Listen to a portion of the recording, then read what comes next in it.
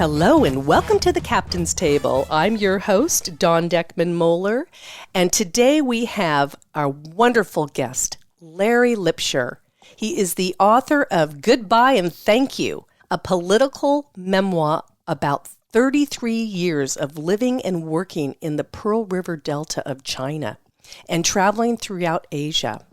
I'd like to start out with reading an introduction about Larry that was written by Carter Cromwell, September 13th, 2021, in an article Carter did called Larry Lipsher, Japan Ball's Most Interesting Man in the World.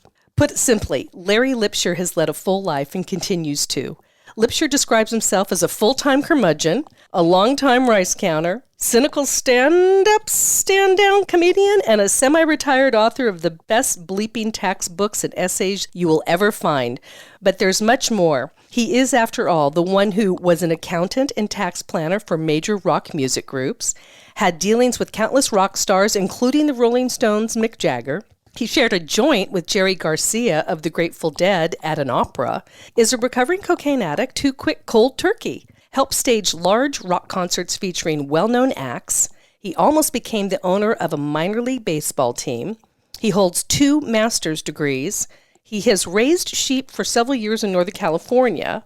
He's solved midlife crisis following divorce by moving to China in the early 1990s. He became the first Westerner in China to get a business license as an accountant. While in his mid-60s, through batting practice for a Chinese baseball team, he has written several books about taxation that the average person can actually understand. He was a partner in a karaoke bar, pizza joint, and restaurant in China, survived a bout of bladder cancer. He served as president of the American Chamber of Commerce of South China, a position that got him an invitation to deliver a presentation in the Great Hall of the people in Beijing, just like Mao and the Chinese leaders.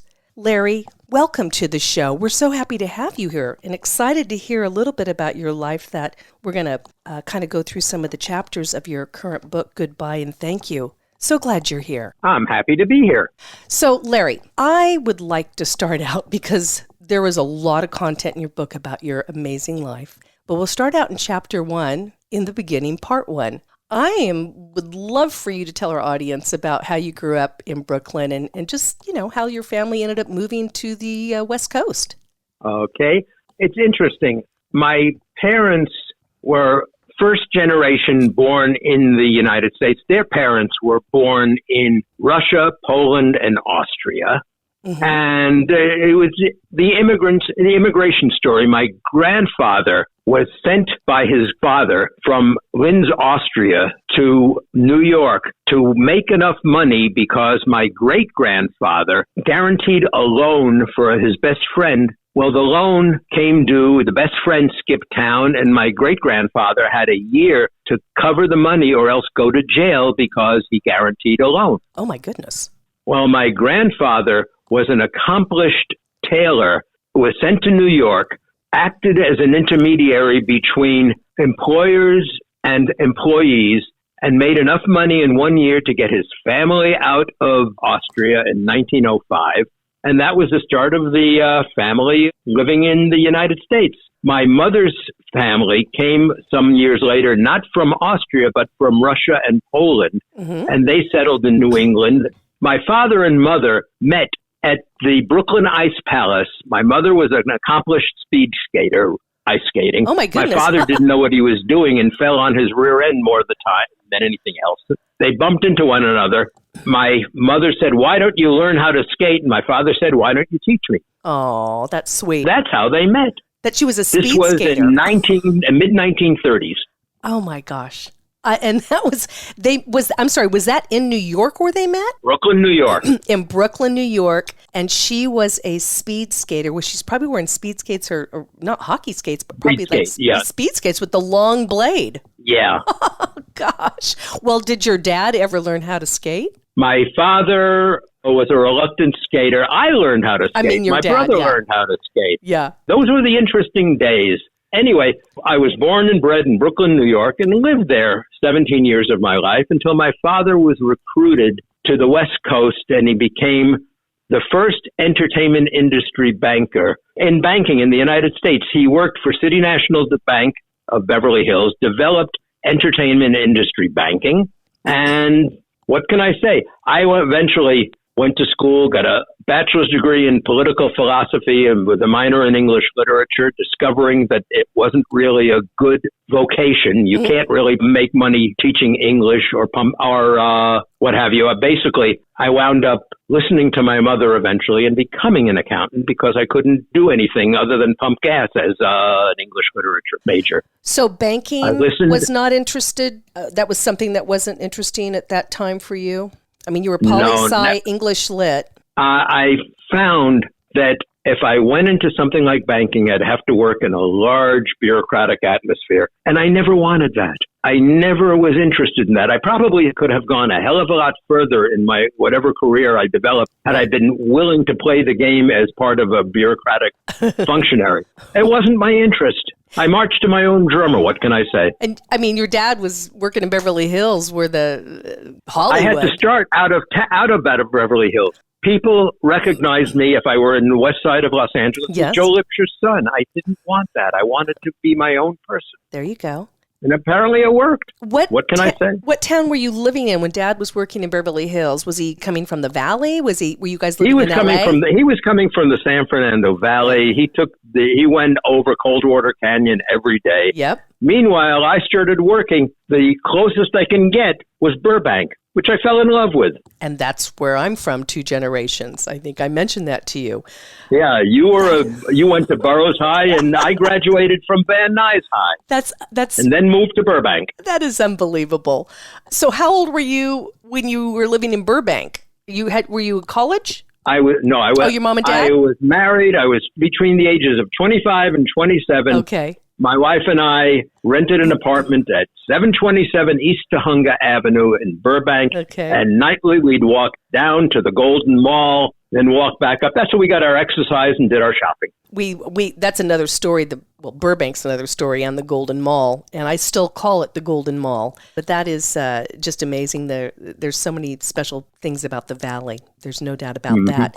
So you were married in 2025, and you were living in Burbank. What happened then? Were you in school? I mean, I was working for KW International, an importer of women's knitwear, and the garment industry has been screwed up forever and ever and ever. One day somebody looked at me and said, "You're now controller." That's how I wound up going into accounting. I got my second master's degree at night, going back to school to learn accounting. So that's how that happened. I mean, It's not every day that there must have been something about the quality of work you were doing, or they saw some talent in you that you would be good with numbers for you to be offered a controller position. No, the garment industry, if they know that you're going to be around in that company, you'll be appointed to anything because there was such high turnover, such heavy volume of personnel that if they found somebody that they thought would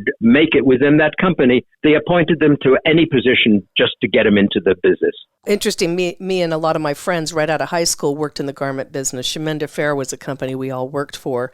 But, I mean, you were not the LA area. The garment business was huge. I mean, I think there was the Fashion Institute.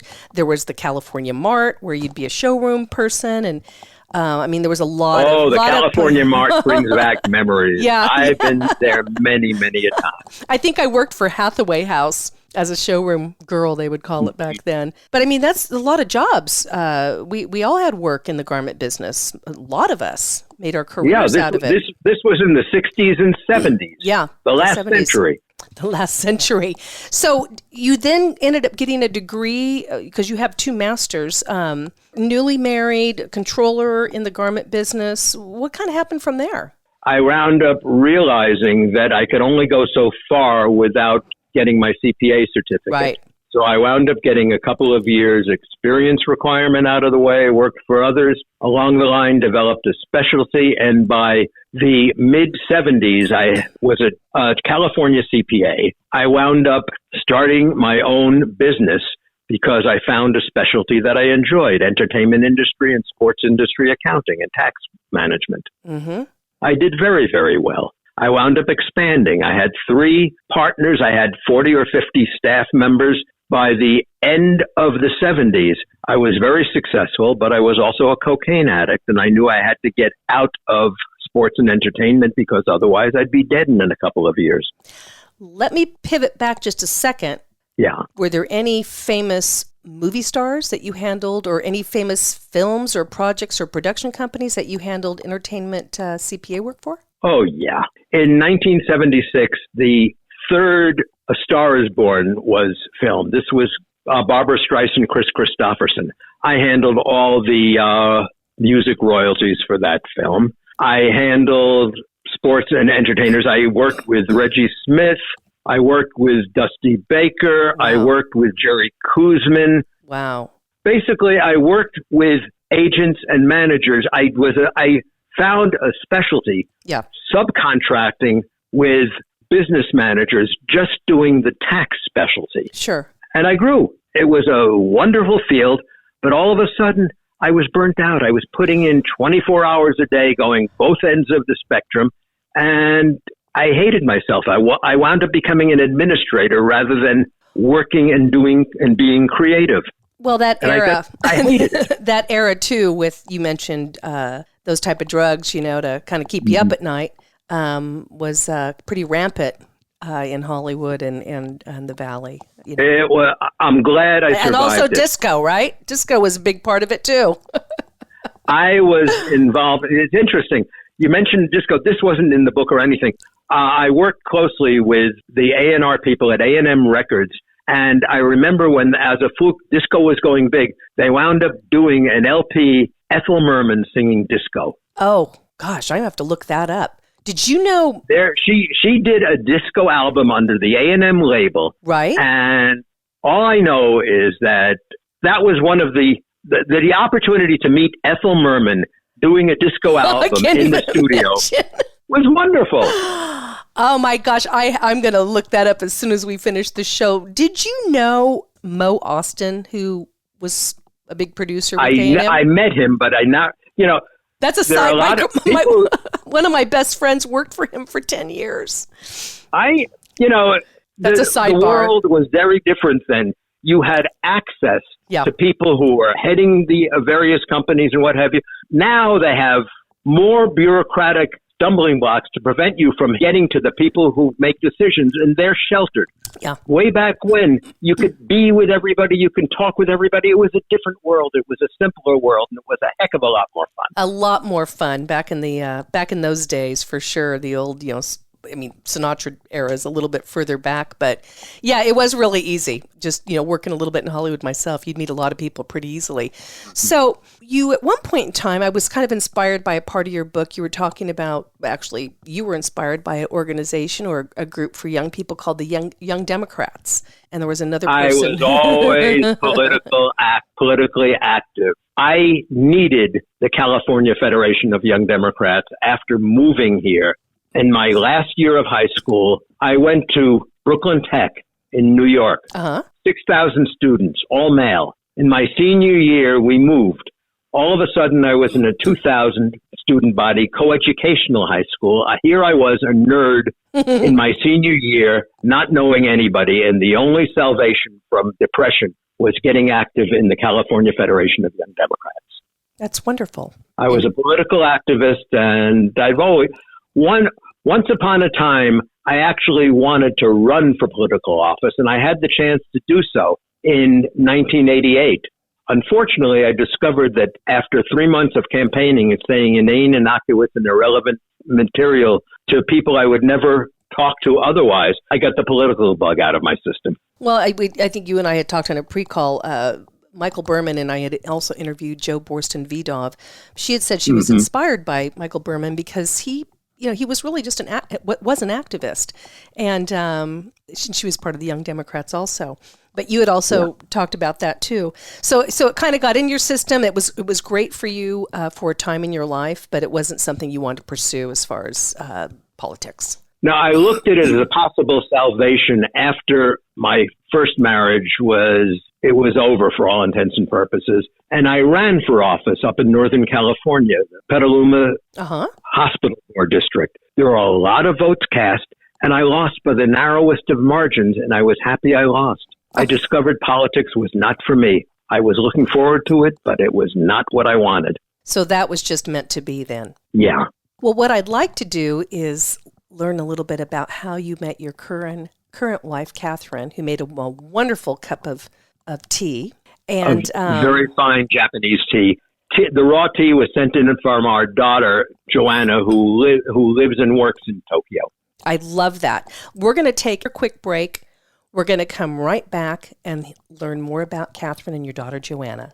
So please stand by for just a moment for one of our sponsors. Okay, we are running a car drive right now to help veterans all across America. So if you have an old car, truck, or van, even a motorcycle or an RV sitting around, you can right now give it away and help the vets. They really need your help. And your car will help support the vets and their families. And guess what? You even get a tax donation. Plus, we'll even come and pick up your car for free. And all you've got to do is pick up your phone right now and make a free call. Now is the perfect time to do something good for the vets. Give back to the vets right now for all they've done for this country. And your old car can really help them. So call the Veterans Car Donation Program right now for free pickup of your vehicle. Help the vets and help your taxes at the same time. Call right now. 800-890-1032. 800-890-1032. 800-890-1032. That's 800-890-1032.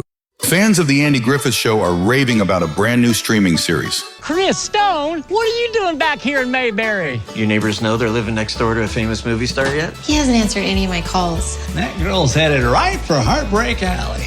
An old-fashioned love story in a modern-day Mayberry. Yes! A streaming series for the whole family. Who's the only TV character named after two insects? And bee, of course. Grandma's cat ate all the laxatives, and, well, we've got ourselves a situation. Crazy, right? Don't take any wooden nickels. Wooden nickels. That's a good one. Those low-down, dirty buzzards. It's an honor to be here. In fact, at my age, it's an honor to be anywhere. It's a Christmas miracle. Bravissimo. We don't know what you're missing. Mayberry Man, the series. Now available on Prime Video. These people are living in another world. Is diabetes keeping you from enjoying life's special moments? At US Med, we understand the challenges you face, and we're here to help. With US Med, I can finally manage my diabetes without it managing me. US Med offers a wide range of services to simplify your diabetes care. Personalized care plans, convenient access to cutting-edge diabetes tech, and knowledgeable support. Plus, we'll check your insurance so your diabetes care may be covered at little or no cost to you. With US Med, I feel confident and control of my diabetes. I can finally live my life to the fullest. Don't let diabetes hold you back. Choose US Med and experience better birthdays, better adventures, better anniversaries, and better everything. Call now. US Med. Better service, better care. 800-659-7805. 800-659-7805. 800-659-7805. That's 800-659-7805. Welcome back to the Captain's Table. We are listening to Larry Lipsher tell us a little bit about his life, and he's the author of the book, Goodbye and Thank You. He lived 33 years in China, in the Pearl River Delta area. So, Larry, tell us a little bit about how you met Catherine. I got my first contract with a major company, Lockheed, to do the tax work of their 8 employees in Guangzhou. This was the weekend of the 17th through 19th, 1992.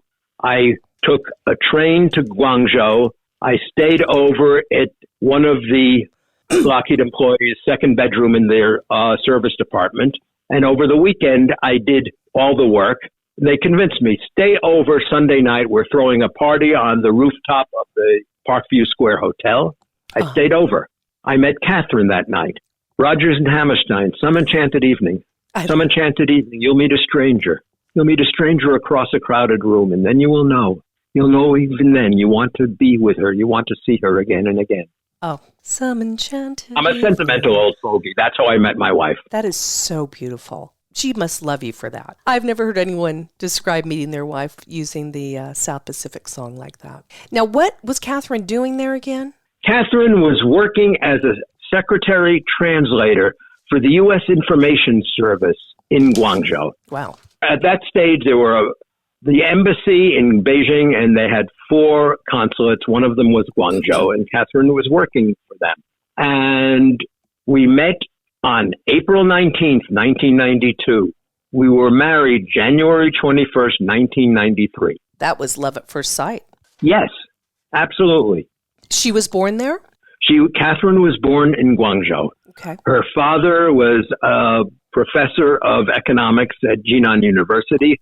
Her mother was director of nursing at Jinan University Hospital. Smart people. What was your life like there? What was my life like? You know, what life is like in China now and what it was like are different. As newlyweds? We were newlyweds. We each had our bicycles. The one thing I learned at that stage of the game was how to sit on a bike at a red light along with hundreds of others of bike riders and not fall off the bike and not create a traffic jam when the light changed. Oh, my gosh. That was a magnificent accomplishment. Now nobody rides bikes anymore in China. They all ride e-bikes or e-cycles. Right. Oh, yeah, that's changing.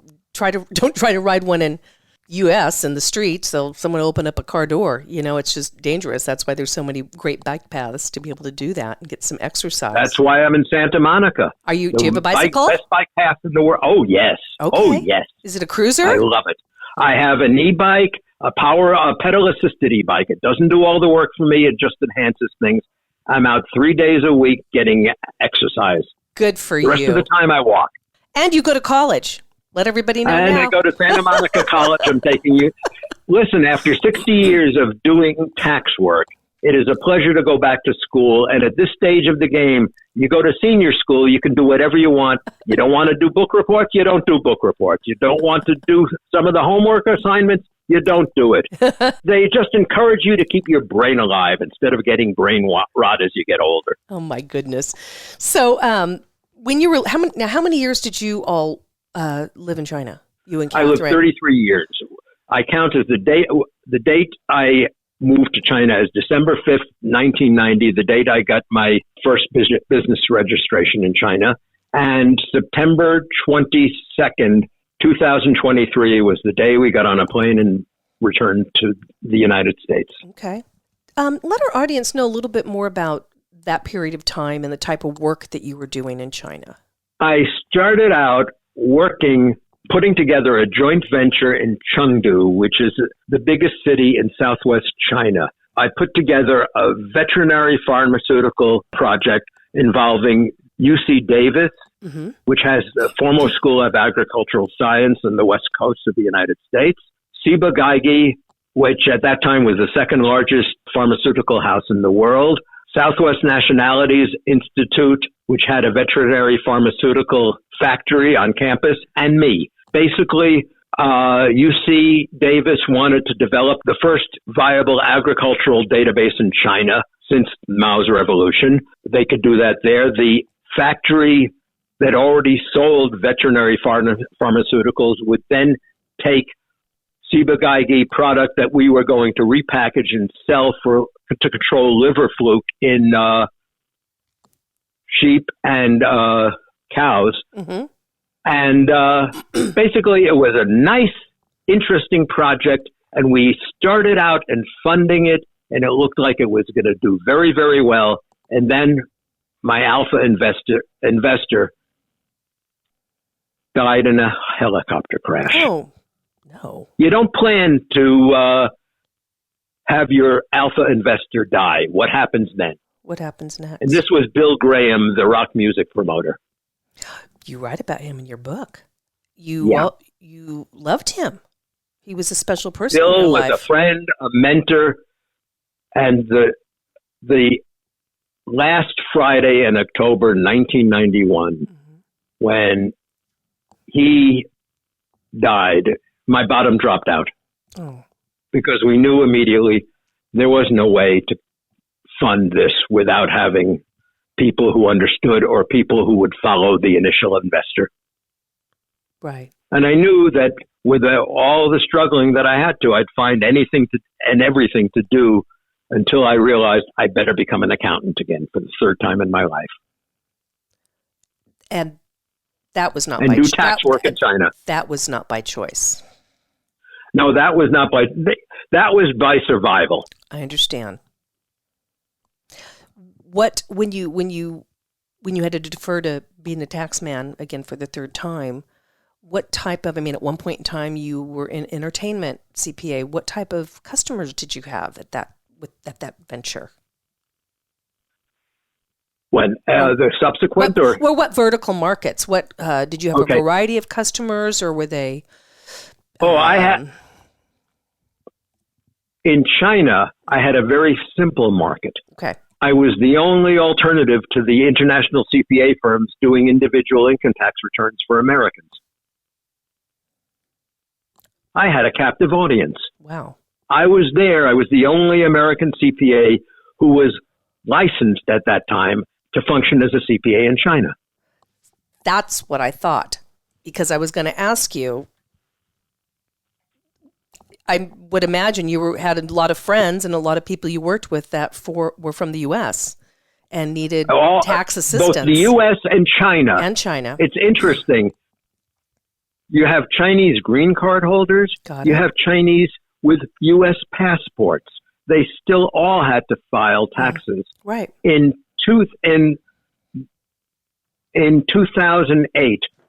the Ministry of Finance sent out a directive that all members of the National People's Congress had to terminate their green cards or U.S. passports. And the Ministry of Finance contacted me. I handled 3 or 4 members of the legislature of China to take them out of the U.S. system.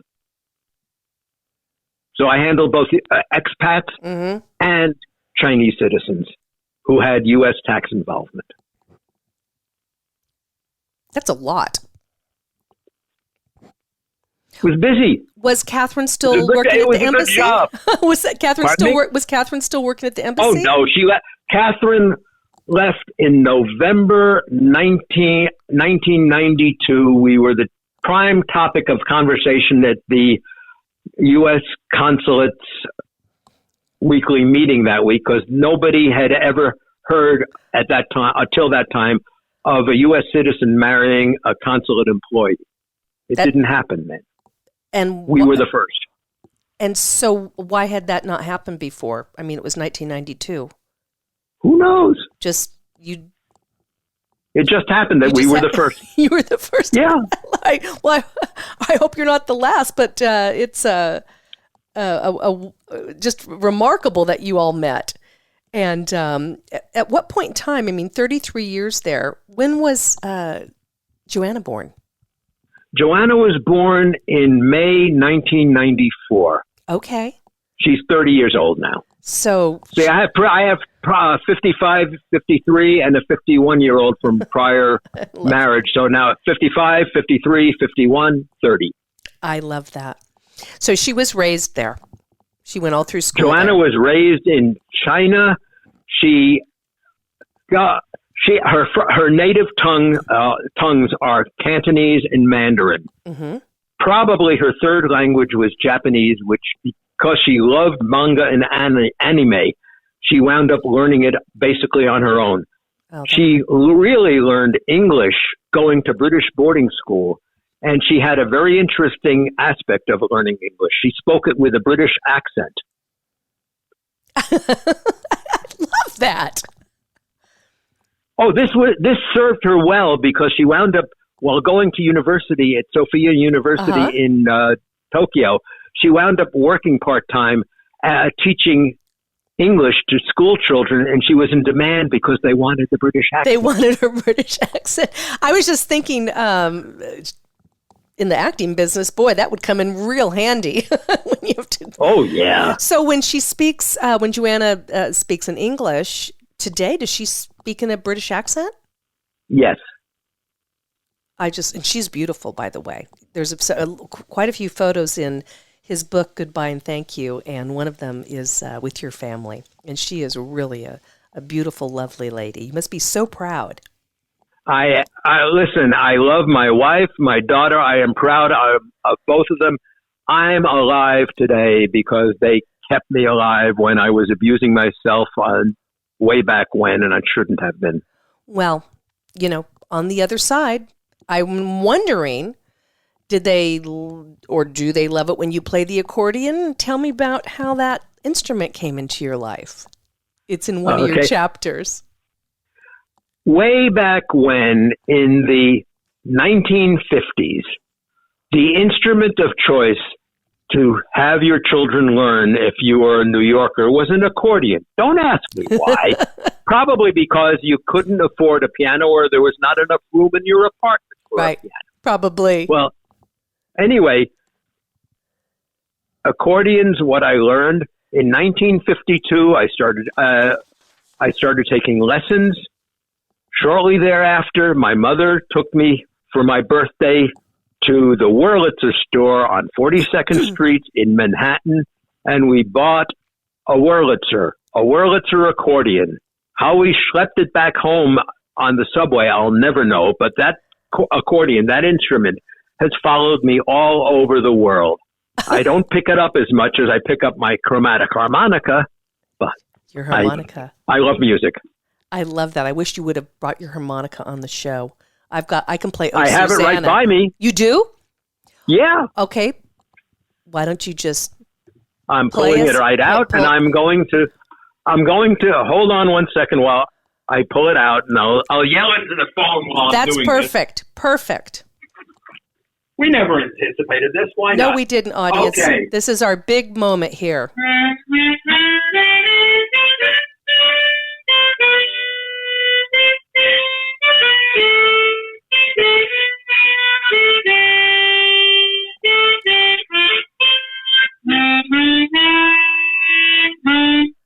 Okay, a little bit of someone to watch over me. Did you hear that? I could hear that, and it's one of my favorite standard songs. Someone to watch over me. I have a five screen ending when I did my shows. When you saw, we were watching some of my speeches. At the end, I have 5 shots of an IRS leading to an IRS will always be there to look over you. I had a comic ending to that.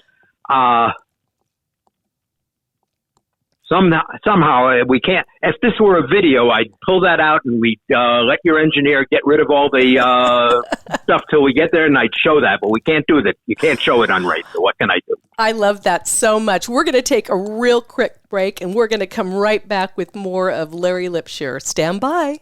Listen up, fellow timeshare owners. If you're a timeshare owner and you want out at all costs, you're done. Frustrated, tired of wasting money, you don't use the darn thing. Get out now. Hire the best Bulldog timeshare cancellation team in the business. Their in-house legal team, headed by a timeshare cancellation lawyer, can help you fight the biggest and baddest companies out there that sell timeshare.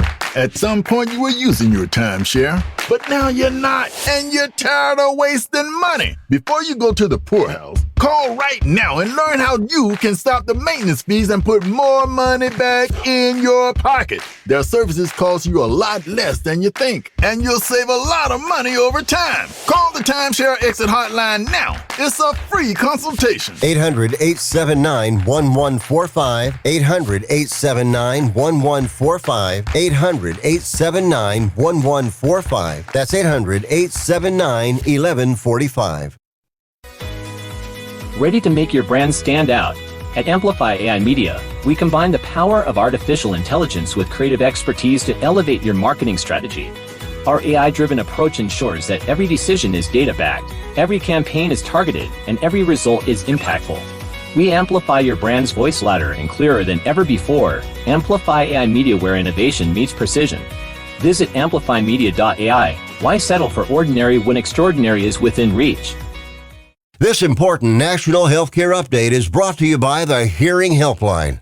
Now you can make a free phone call and save big over what you'd pay at a doctor's office for hearing aids. Plus, this offer comes with a 1-year warranty. And if you call in the next 10 minutes, shipping is 100% free. We have a nationally known hearing aid that has improved the hearing of thousands of happy customers. And you'll pay a fraction of retail hearing aids prices. These outstanding hearing aids are nearly invisible. You can even use them to answer your cell phone. And they come with a 45-day money-back guarantee.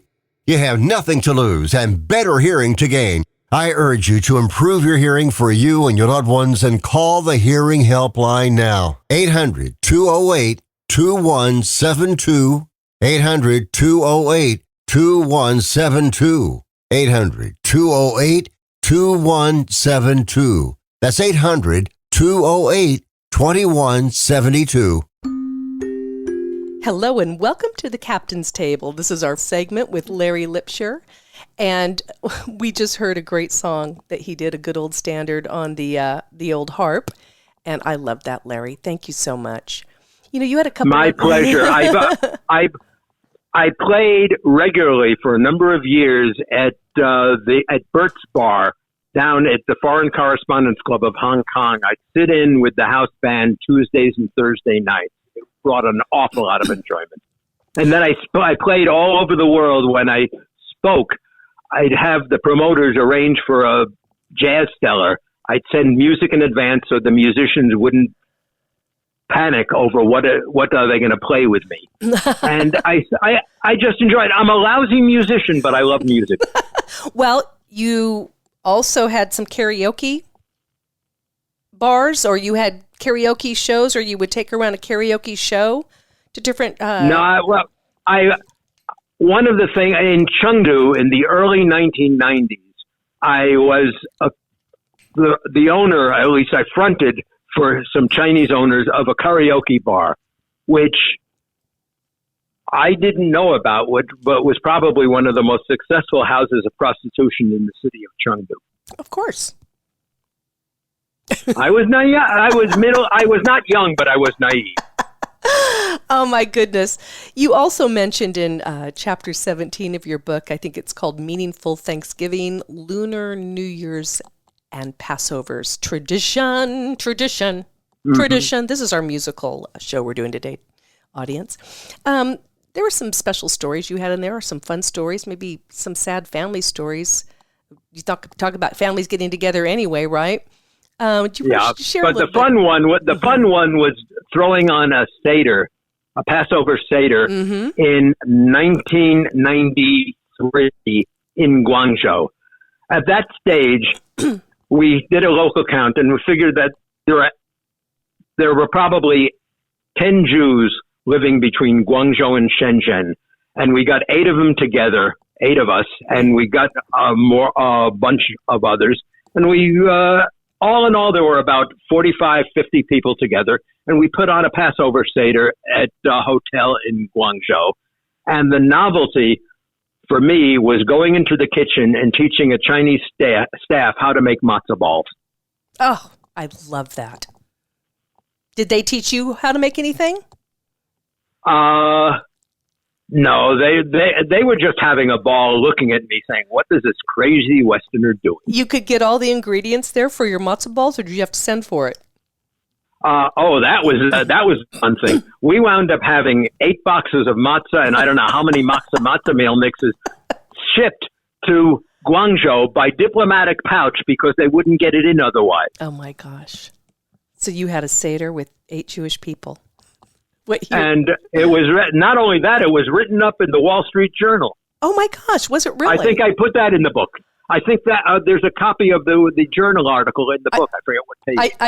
I think there is. I couldn't tell you right now. I didn't have it tabbed, but I'll have to look that up on the WSJ. That is fantastic. But your whole family used to get together. I know that I'd read that back in Brooklyn, it was your family getting together when you were young, for these holidays and these wonderful traditions. You also times were different then. I don't know whether to what extent people do things anymore like that. I grew up as I said, in an era in the 1950s. Yeah. 70 years ago. things are different. Things are different sometimes because our families are spread out. I think people, try to get together. Listen, I love to cook, and I grew up pretty much like you did. Families and grandparents and aunts and uncles all getting together and bringing the memorable meals together. But you also, Dawn, when we grew up, can I say? Yes, sir. When I grew up, my mother's 6 brothers and sisters lived within 5 blocks of one another, and it was easy to get together. I take a look at families now. Nobody lives in the same city anymore. Everybody is diverse. Everybody is far. I can see where the getting together for Christmas and Thanksgiving is different, but it's not like it was.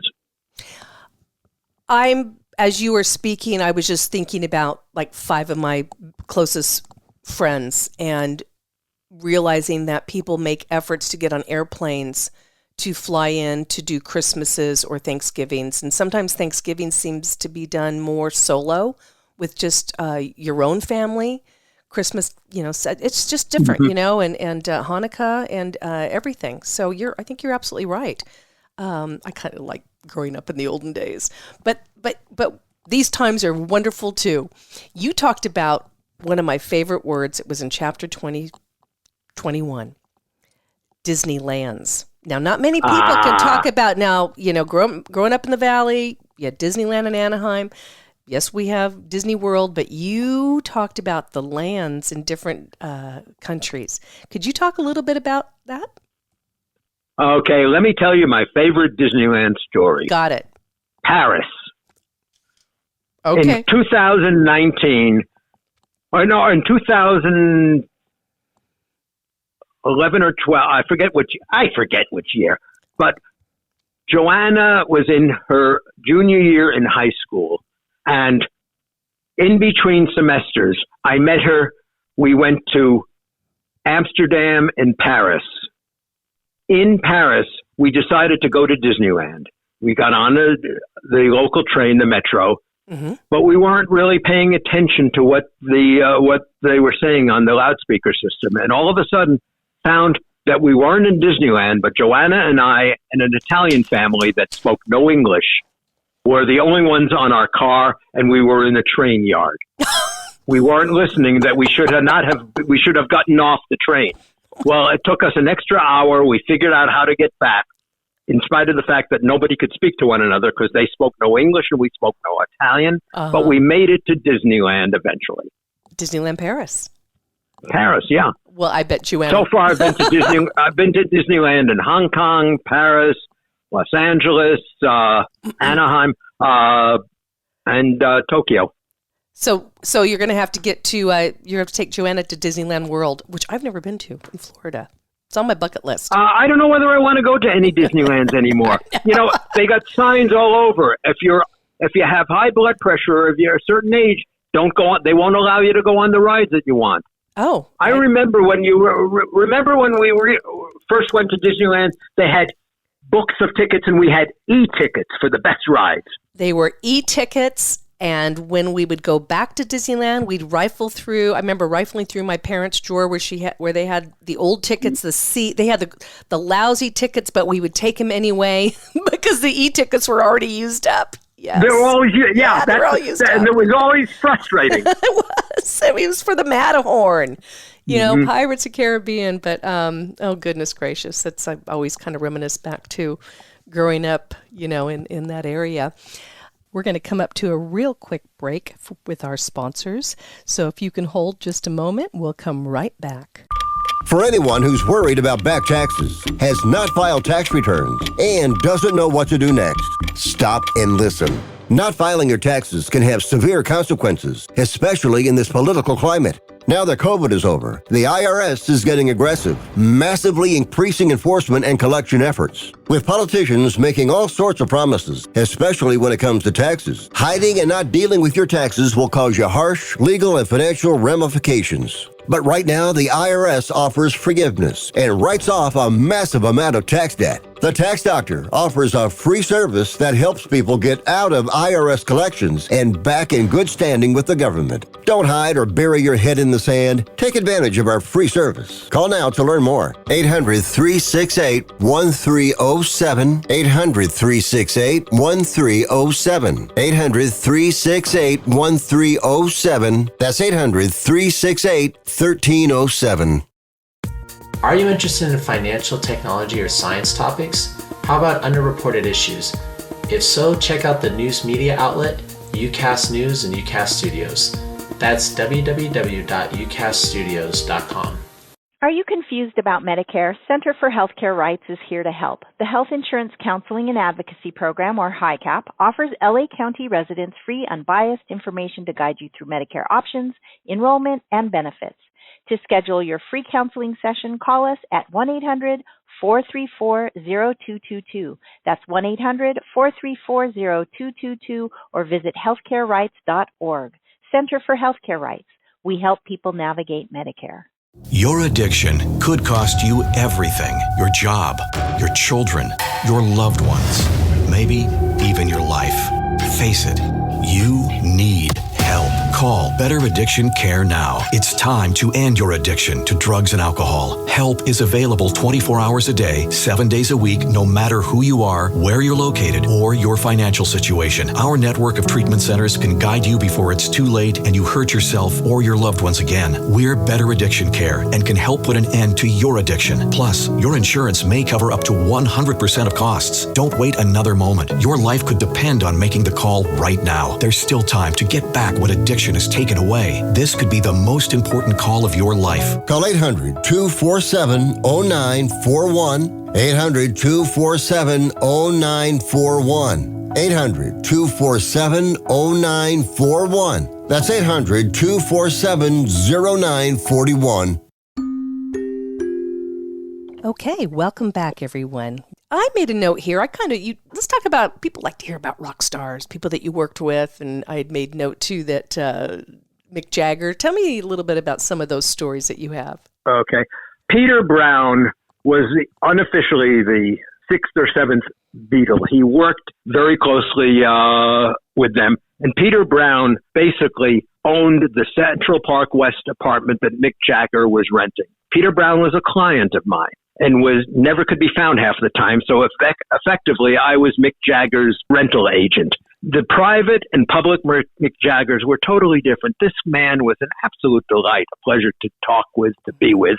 And I spent time with him in New York as his agent, and then had backstage passes in 1975 because of Mick this is the first time I went backstage for a Rolling Stones concert. Wow. I've been backstage subsequently for other concerts by the Stones. The Stones, by the way, I saw in 1969, 1975, 1989, 2003, 2014.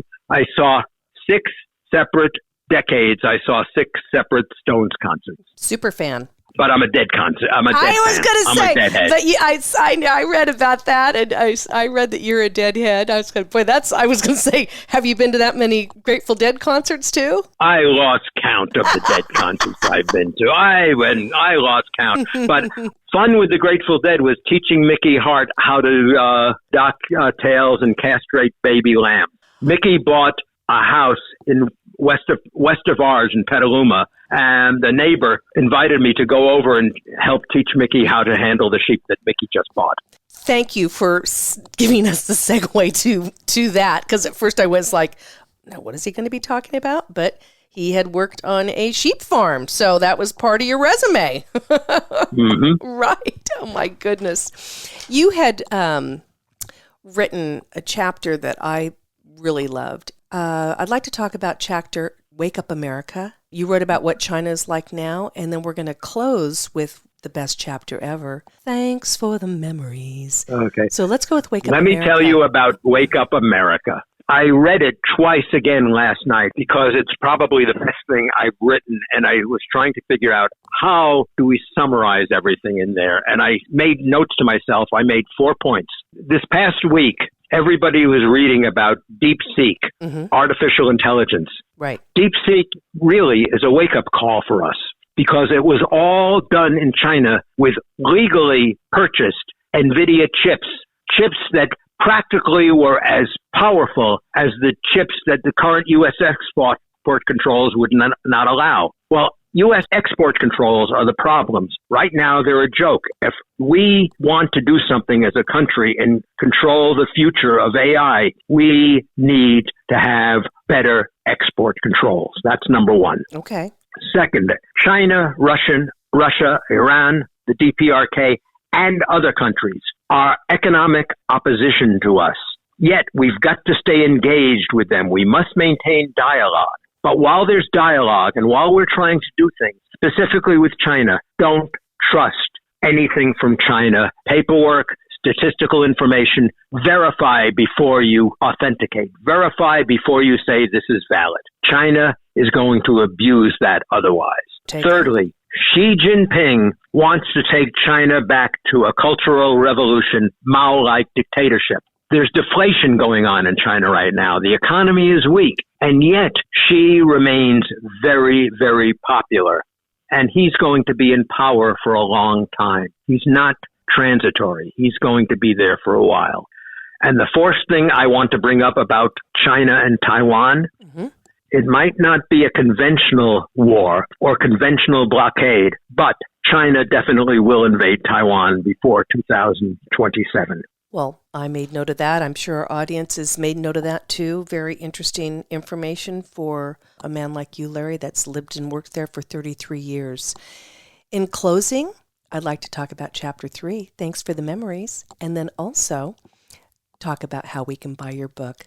Always interested in talking about thanking for the memories because memory is what we live on. And buying the book, heck yeah, I want everybody to read it. But even before that, let me just say something. If you have a Kindle or a Nook or a Kobo reader, get a free sample. If you don't have an ebook reader, go to Amazon, go to the book, the hard copy, and get a sample. Read 10% for free. If you like what you're reading, then buy the book. But read 10% for free. It doesn't cost you anything. What have you got to lose? I love that's a great tip. I want to read, if you don't mind, on page 205. Larry writes, thanks for the memory of China's funny walls, transatlantic calls, that weekend at Niagara when we hardly saw the falls. How lovely that was. It was. Thanks for the memories. Of crap on the floor, nights in Singapore. You might have had a headache, but you never were a bore. Oh, thank you so much. Those are the real lyrics. I researched them before putting them down, and they worked as an ending. Such a wonderful song. I am so grateful that you wrote that. I think that was just a great memory, and you and your wife, Catherine, and your daughter, Joanne, and all of your other children. Larry, you are an interesting man. I really encourage our audience out there to pick up Larry Lipsher's book, Goodbye and Thank You. He's remarkable, lived and worked in China for 33 years. He's in Santa Monica now, and if you see him down on the boardwalk on his bike, or you might find him doing some stand-up comedy somewhere, right, Larry? Absolutely. In fact, there's a stand-up comedy workshop going on from March 8th through the end of April. Wednesday night, Santa Monica College is putting it on. There's going to be a graduation ceremony at the Comedy Store. I'll get 10 minutes of another gig. I love that, Larry. Everybody go out to Amazon or your favorite place to buy the books and buy his book, Goodbye and Thank You. Larry, I am so grateful you came onto the Captain's Table. Thank you so much, Larry. I really enjoyed having this conversation with you. This has been a real pleasure. Take care. And if anybody has any questions, send them to you. You can send them to me. I'm more than happy to answer. That sounds great, Larry. We appreciate it. Everyone have a great day. Thank you.